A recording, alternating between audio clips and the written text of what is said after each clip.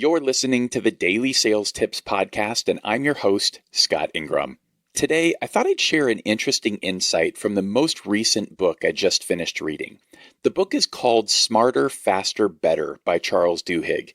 It's broken down into 8 sections, and while I really enjoyed the motivation, focus, and goal-setting sections, it was the last section on absorbing data that really struck me. Here's just a real short excerpt.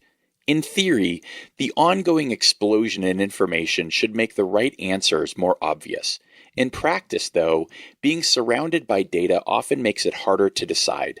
This inability to take advantage of data as it becomes more plentiful is called information blindness.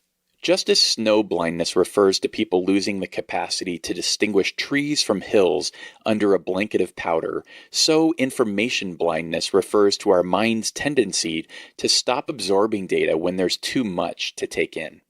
The most actionable piece for me in this section comes from a 2014 study from Princeton and UCLA that looked at the difference between handwriting note takers and laptop note takers. Even though the laptop note takers took twice as many notes, the handwriters scored twice as well on exams. The researchers thought maybe this was because the handwriters were just spending more time studying their notes, so they ran the same experiment and immediately took away the notes right after the lesson. A week later, they were tested, and the handwriters again scored significantly better. No matter what they did, those that took notes by hand always scored better. So now I'm experimenting on myself, and perhaps you'll be interested in trying this out with me. While I typically take notes by hand in a face-to-face meeting, the majority of my meetings these days are web meetings, and I typically take notes straight into Evernote. Based on these new insights, though, I'm now taking notes by hand even in my web meetings. I can still take a picture of those notes and load them into Evernote when I'm done, but I'm already starting to notice a difference. I think it's also allowing me to be a bit more engaged and a bit more present as well.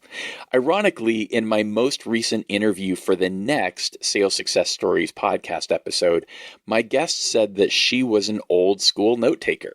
And it's tough to argue with someone who's been producing at roughly 200% of her plan for the last 16 years. How about you? How do you take notes?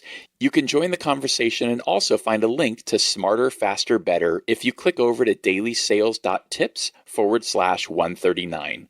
Then come back tomorrow for another great sales tip. Thanks for listening.